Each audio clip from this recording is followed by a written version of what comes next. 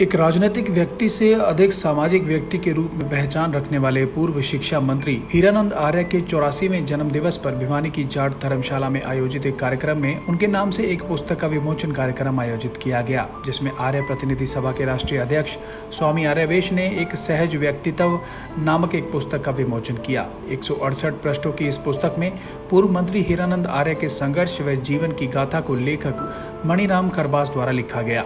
इस मौके पर आयोजित कार्यक्रम में विभिन्न समाज सेवी व प्रबुद्ध व्यक्तियों ने उनके जीवन आदर्शों पर अपने व्यक्तित्व पेश किए तथा उनके जीवन से प्रेरणा लेने की बात कही। आज इस पुस्तक का विमोचन है। ये चौधरी हीरानंद आर्य जी की जीवनी है। जीवनियाँ तो महापुरुषों की लिखी जाती हैं, लेकिन हीरानंद आर्य जी जो थे उनका जीवन कुछ दूसरे राजनीतिज्ञों से और दूसरे सामाजिक कार्यकर्ताओं से अलग था, क्योंकि वो इन दो चीज़ों के मिश्रण थे। जीवन भर उन्होंने शराबबंदी के विरुद्ध शराबबंदी के लिए, सामाजिक दूसरी बुराइयों के लिए लगातार काम किया। जब मौका लगा राजनीति में गए और जब नहीं लगा तो लोगों में चले गए। तो ऐसे आदमी के लिए उनकी यादगार इस संसार में रहे और लोगों के लिए वो प्रेरक रहें।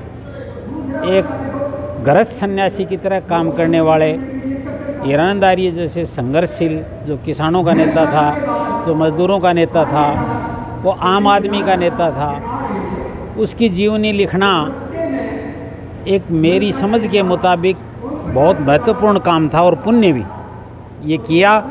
और परमात्मा ने मुझे इसके लिए प्रेरित किया कि ऐसे आदमी को मैं ज़रूर लिखूं, और ये हुआ। आज उसका विमोचन है, बड़ी खुशी की बात है। और साथ साथ उनका 84वां जन्मदिवस भी है। वो तो नहीं रहे, लेकिन उनकी यादें आज हैं और उनके विचार आज हैं। इस कार्यक्रम में मुख्य अतिथि के रूप में पहुंचे स्वामी आर्यवेश पुस्तक के लेखक मणिराम खरबास ने बताया कि चौधरी हीरानंद आर्य ने एक गृहस्थ सन्यासी की तरह अपना जीवन बिताया। वे मजदूर, किसान व आम आदमी के नेता थे। जो भी कोई पीड़ित व्यक्ति उनके पास मदद के लिए पहुंचता तो वे उसके लिए अग्रिम पंक्ति में खड़े होकर लड़ाई लड़ते, धरने प्रदर्शन करते तथा पीड़ित को न्याय दिलाते।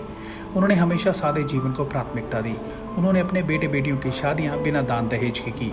वे ऐसे व्यक्ति थे जिन्होंने मृत्यु भोज तथा दहेज प्रथा के खिलाफ आवाज़ बुलंद की। वे शराबबंदी के लिए सामाजिक जन जागरण का कार्य किया। राजनीतिक रूप से वे चौधरी बंसीलाल के धुर विरोधी थे। इसके बावजूद जब चौधरी बंसीलाल ने 1996 में शराबबंदी की, तब उन्होंने हर मन से चौधरी बंसीलाल के शराबबंदी के निर्णय को सराहा। लेकिन जब राजनीतिक कारणों के चलते 1999 में शराबबंदी वापस ली गई तो उन्होंने दुख प्रकट किया तथा 2 दिन तक खाना नहीं खाया तथा कहा कि शराबबंदी जैसे कड़े निर्णय इस कानून को वापस लेने के लिए शायद नहीं किए जा सकेंगे। वे 1967, 1977, 1982 व 1986 में 4 बार लोहारू विधानसभा क्षेत्र से विधायक बने। उनका मुख्य कार्यक्षेत्र लोहारू रहा। वे आपातकाल के दौरान 1975 में जेल गए। 1981 में किसानों के बिजली आंदोलन के दौरान भी वे जेल में गए। जिस महान व्यक्तित्व को, जिस महान विभूति को हम यहाँ पर याद कर रहे हैं, चौधरी हीरानंद आर्य, वो हरियाणा की और देश की राजनीति में एक ऐसे चमकते हुए सितारे थे जिनसे आज की युवा पीढ़ी को बहुत अधिक प्रेरणा लेने की ज़रूरत है। उनके जीवन की सबसे बड़ी बात जो मैं देखता हूँ, प्राय उनके बहुत नज़दीक रहते हुए मैंने देखा और दूर से भी उनके व्यवहार को मैं देखता था। एक तो कभी भी उन्होंने इस बात पर समझौता नहीं किया कि जिस बात पर उन्होंने फैसला ले लिया और उस पर वो अड़ गए, किसी भी प्रकार का कोई प्रलोभन उनको झुका नहीं पाया। वो हमेशा स्पष्टवादी व्यक्ति थे। नंबर 2, राजनीति में रहते हुए वो जितनी ईमानदारी से और एक बेदाग व्यक्ति जीवन उन्होंने बिताया। बड़े बड़े प्रलोभन, बड़े बड़े ऑफर आते हैं राजनीति में, किंतु उन्होंने कभी भी उनकी तरफ अपने आप को थोड़ा सा भी उधर ध्यान ही नहीं किया।